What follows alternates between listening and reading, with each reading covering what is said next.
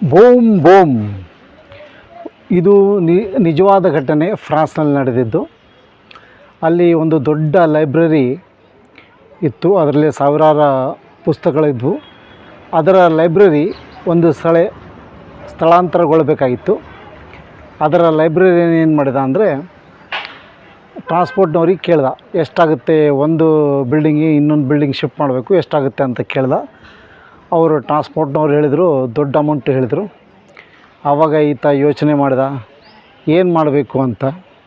ಅಷ್ಟರಲ್ಲಿ ಒಂದು ಐಡಿಯಾ ಮಾಡಿದ. ಅದೇನಪ್ಪ ಅಂದರೆ, ತನ್ನ ಎಲ್ಲ ಗ್ರಾಹಕರಿಗೆ, ಕಸ್ಟಮರ್ಗಳಿಗೆ ಅಂದರೆ ಓದುಗರಿಗೆ ಒಂದು ಆಫರ್ ಕೊಟ್ಟ. ಅದೇನಪ್ಪ ಅಂದರೆ, ಯಾವುದೇ ಪುಸ್ತಕ ಒಯ್ಯಿರಿ, ಎಷ್ಟೇ ಪುಸ್ತಕ ಒಯ್ಯಿರಿ, ಅದಕ್ಕೆ ಯಾವುದೂ ಚಾರ್ಜಸ್ ಇರೋಂಗಿಲ್ಲ. 1 ವಾರದ ನಂತರ ಹೊಸ ಕಟ್ಟಡಕ್ಕೆ ಬಂದು ಅಲ್ಲಿ ಕೊಡಿ ಅಂತ. ಅಂದರೆ ಹಳೆ ಕಟ್ಟಡದಿಂದ ಒಯ್ಯಿರಿ, ಹೊಸ ಕಟ್ಟಡಕ್ಕೆ ಕೊಡಿ ಅಂತೇಳಿ. ಓದುಗರು ಎಲ್ಲರೂ ಬಂದು ತಮಗೆಷ್ಟು ಬೇಕೋ ಅಷ್ಟು ಬುಕ್ಗಳನ್ನು ತೆಗೆದುಕೊಂಡು ಹೋದರು. 1 ವಾರದ ನಂತರ ಬಂದು ಹೊಸ ಕಟ್ಟಡದಲ್ಲಿ ಬಂದು ಕೊಟ್ಟರು. ಹೇಗಿದೆ ಪ್ಲಾನು ಅಲ್ವಾ?